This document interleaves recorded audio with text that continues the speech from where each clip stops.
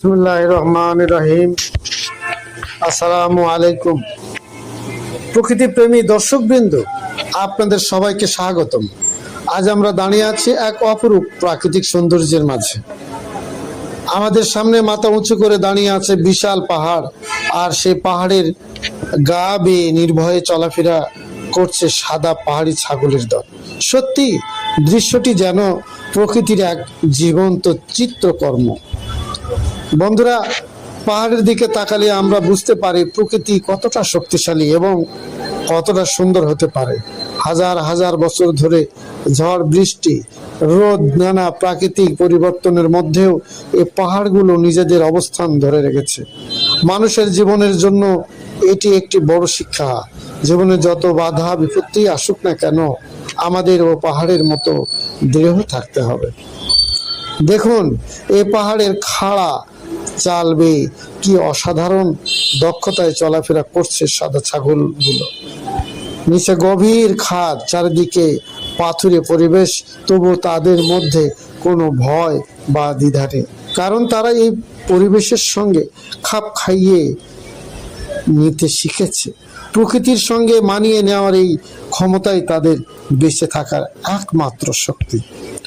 আমাদের জীবনেও অনেক সময় কঠিন পরিস্থিতি আসে, তখন আমরা ভয় পাই, হতাশ হয়ে পড়ি, কিন্তু এই পাহাড়ি ছাগলগুলো যেন আমাদের শেখায় আত্মবিশ্বাস থাকলে কঠিন পথ সহজ হয়ে যায়।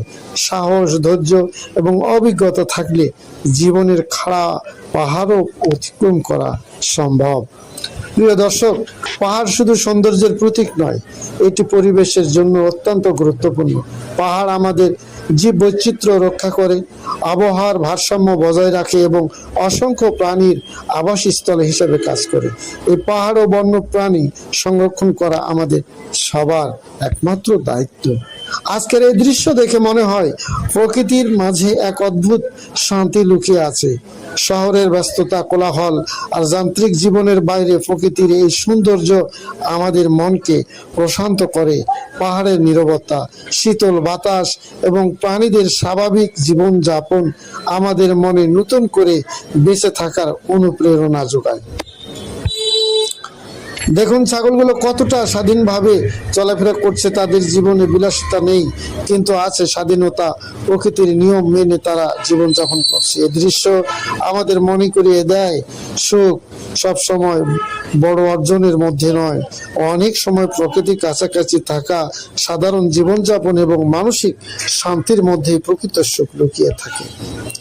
বন্ধুরা, আমরা যদি প্রকৃতিকে ভালোবাসি, তাহলে প্রকৃতিও আমাদের ভালোবাসা ফিরিয়ে দেয়।